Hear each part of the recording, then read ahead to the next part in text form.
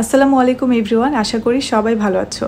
Pastel calligraphy প্রজেক্টের কাজ পুরোটাই শেষ হয়েছে and also they are delivered আলহামদুলিল্লাহ। লাস্ট 15 ডেজ ধরে আমি এই প্রজেক্টের পেছনে সময় দিচ্ছি। ইন্টেরিয়র ডিজাইনের জন্য বেশ ভালো বাজেটের ক্যালিগ্রাফি পেইন্টিংস ছিল।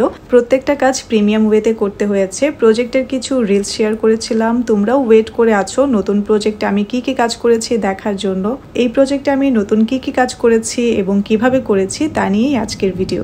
এবারে কাজ করেছি সেট অফ 3 ক্যালিগ্রাফি পেইন্টিংস নিয়ে। যেহেতু লম্বা সময় ধরে কাজ করতে হবে, অর্ডার কনফার্মেশনের সাথে সাথে ক্লায়েন্টের দেয়া সাইজ অনুযায়ী 3টা হ্যান্ডমেড ক্যানভাস বানিয়ে রেখেছিলাম। প্রথম দিনে ছিল ক্যানভাস কোটিং পালা। ক্যানভাসগুলো আমি খুব ভালোভাবে কোট করে নিয়েছি। কোট করার জন্য দুটো স্টেপ ফলো করেছিলাম। এরপর একটা স্মুথ ব্যাকগ্রাউন্ড পাওয়ার জন্য কিছু লিকুইড সাবস্ট্যান্স অ্যাপ্লাই করেছি। মাঝখানে 5-6 দিন আমি অফ ক্যামেরাতেই কাজ করেছিলাম। তখন মূলত ব্যাকগ্রাউন্ডের কাজটা করেছি। খুব জটিল ব্যাকগ্রাউন্ড ছিল, দেখে মনে হবে ভীষণ সহজ, ব্রাশ ঘোরালেই ডিজাইন চলে আসবে, বাট বাস্তবতা অতটাও সহজ না।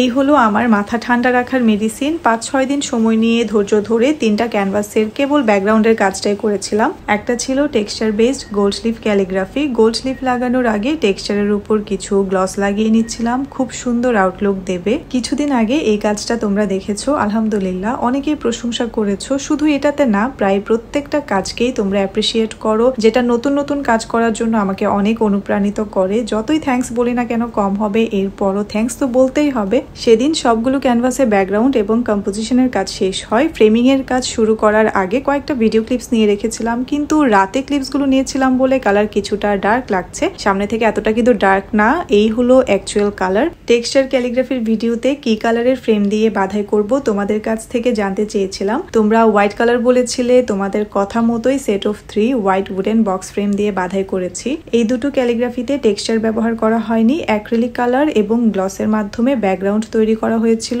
তার উপর লাইট শেডেড কম্পোজিশন। এটা ক্লায়েন্টেরই ডিমান্ড ছিল। গোল্ড স্লিভের ক্যালিগ্রাফিটা মাঝখানে হবে, দুপাশে অন্য দুটো ক্যালিগ্রাফি রেখে উনি একটা দেয়াল সাজাতে চাচ্ছিলেন। সো ওনার কথা মতো আমি কাজটা করার চেষ্টা করেছি। সব শেষে সেট অফ 3 পাশাপাশি রেখে আমি দেখছিলাম, মাশাআল্লাহ এত সুন্দর লাগছিল। দীর্ঘদিন কষ্ট করার পর যখন এরকম ভালো কিছু দেখতে পাই আর কষ্টের কথা মনেই থাকে না।